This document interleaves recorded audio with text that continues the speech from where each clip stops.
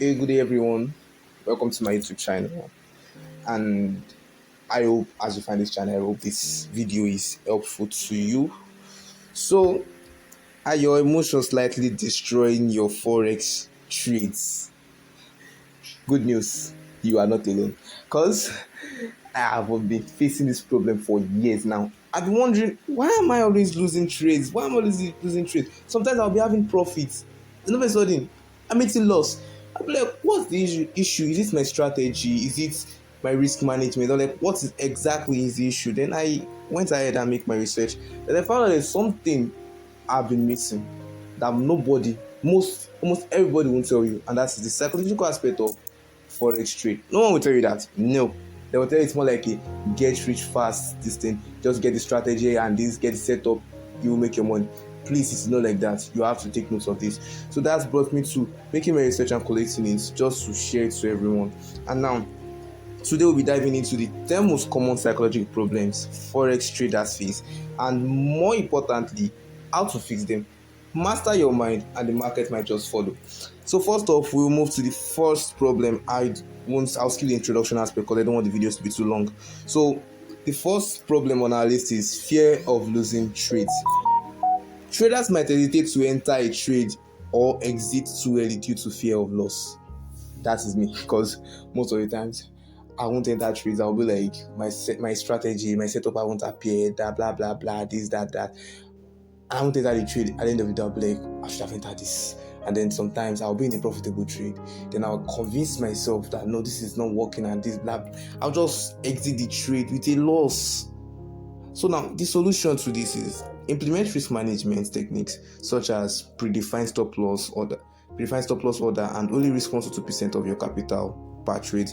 Regularly backtest strategies to build confidence. Yes, backtest your strategy to build confidence. Because in backtesting, you would know where your flops are, where you made mistakes and everything. That's where you can even dictate that you're having issues in this also aspect of your strategy. You need to up your strategy by this and that. So that's it. And then the second problem is overtrading. Emotional overtrading. Greedy fingers. Let me just say that. Greedy fingers, because overtrading often happens when you chase the high of constant activities.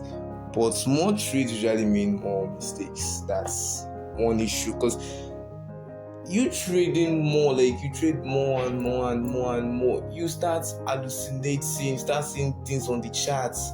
You will see what is not your setup and you just jump into it. That's about trading, because when you stress your brain too much, you have to take some break. Without that break, you're gonna have issues. So the solution to this is create a structured trading plan with limits on trade frequency and size. You need to have the amount of trades you take per day. Either it's a loss, either it's a win. You have to have a set amount, that this is the amount of trade, because quality beats quantity. Take note of that. You could write that down at the back of your book. Who knows? And then the third on our list is revenge trading. After losses, traders often make impulsive trades to quickly recover, often worsen the situation. That is exactly one of my problems as well. When I have a loss, oh my god, it's like losses stinks. It's more painful than that of a bee. Or I haven't been stung by a bee before. Let's just keep that in mind. So losses stink, so we want to trade, and then we keep eating losses. The more you lose, the more painful it becomes, the more angry you want to trade. So please stop that habit if you have it. I am going to stop mine too as well. I'm taking note of it right now. So the solution is introduce a mandatory cool down period after a loss and use journaling to identify emotional triggers. And then the next on our list is holding position too long or oversized position in pursuit of larger gain. Greediness. So most of the time, I imagine me taking a trade of ratio 1 to 5. Like, is that realistic at all? The highest you could take is 1 to 2 ratio. You are risking so percentage of your account to get 2 times of it, not 5 times, 10 times of it. That is too greedy. No, that is too greedy. So the solution to this is define realistic profit targets and use trading stop to lock in gains without overexposure. Sometimes people will advise you, and I think that advice is kind of good. So you set your take profits mostly to the place you know for sure it's gonna hit, and you could just take one side of it. Let me teach rubbish. Let's just leave that side. Then the next one, lack of discipline. Inconsistent application of strategies and rules, especially under emotional stress. Look, when you're having a bad day and you're emotionally stressed, maybe your girlfriend broke up with you, or your boss, you have a bad day at your job or something, please don't enter the trade, don't enter the market at all, because that would be very bad. It's really add salt to your wound. Inconsistent, because you're going to apply things you're not supposed to apply. Your brain is stressed at that moment. So the solution to this is maintain a detailed trading journal and review performance daily. Set clear rules and automate parts of the strategy where possible. Because that is what I'm saying. When you have a bad day, you're going to do rubbish. You won't follow your strategies. You just say it from your mind. This is it, this is that. So now, your journal, please get a journal. You need a journal. So that journal will help you identify your setup. You have to review your journal every day. Yes, you have to review it every day before you take a trade, you review it. Because without reviewing it, how would you remember your strategy? Yes, you have a photographic memory, but please, you should know you have to review it, you have to revise as well so it could stick. And then the next is impulsiveness, acting without full analysis of or outside of the trading plan due to monetary excitement or anxiety. When you are happy, I'm not saying it's not good. Profit is sweet. Profit is very nice. You'll be happy when you eat the profit. But then again, please don't act on that. Please don't act on that. Please don't act on that. Please don't act on that.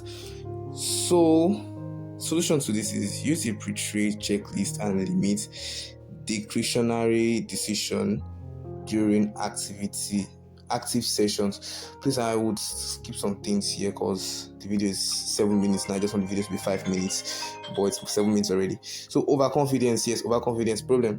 After a winning streak, traders may take uncalculated risks, believing they can't lose. That is me. Whenever I take a winning trade, I'm like, oh, I don't have it's this big trade. But then again, I'll start losing because I was too confident. I won't even look at my setup anymore. And the solution to this is review trades objectively and periodically revisit past losses to maintain humility. Yes, exactly. You need to look at your loss. You need to look at what you have lost every day. As I say, get a journal to know your losses. Then you know, okay, I lose this huge amount yesterday. I don't want to lose that kind of amount today again. So that will help you be humble,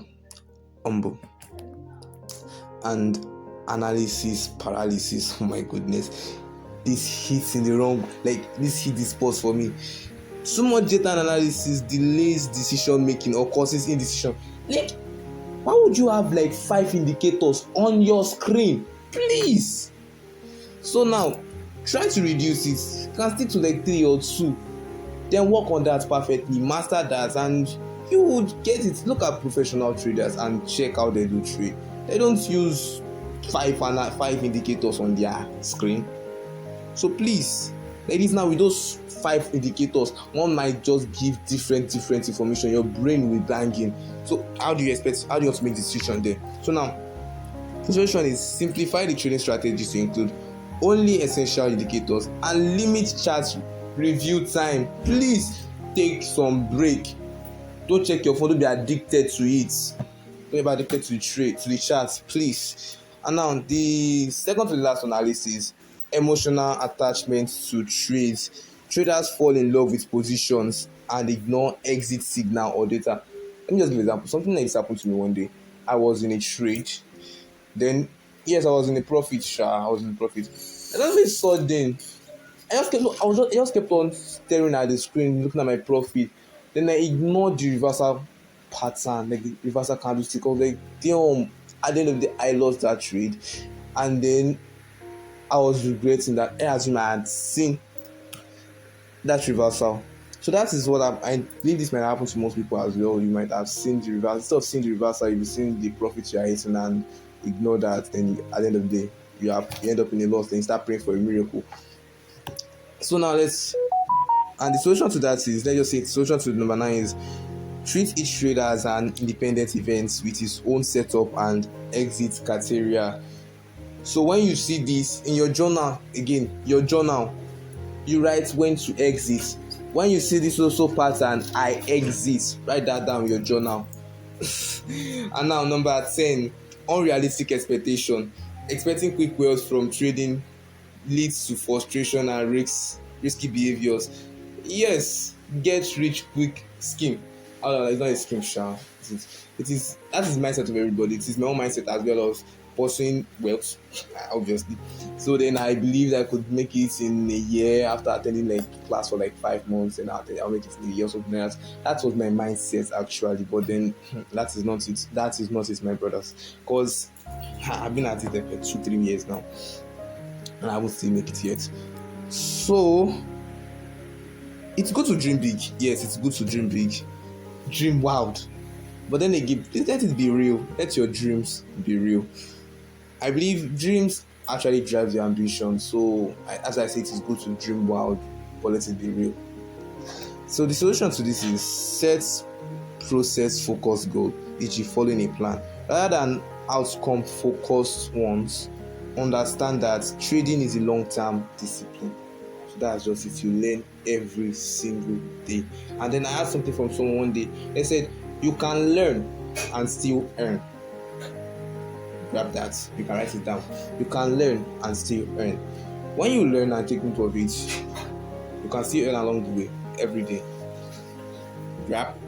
And you still lose sometimes, so just keep that back of your mind. So I think this brings an end to my video for today. So if you find this helpful, please like, share, and comment which of these problems you are facing.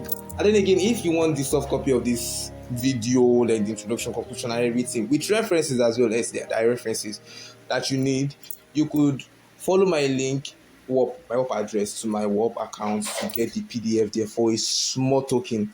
So thank you. Have a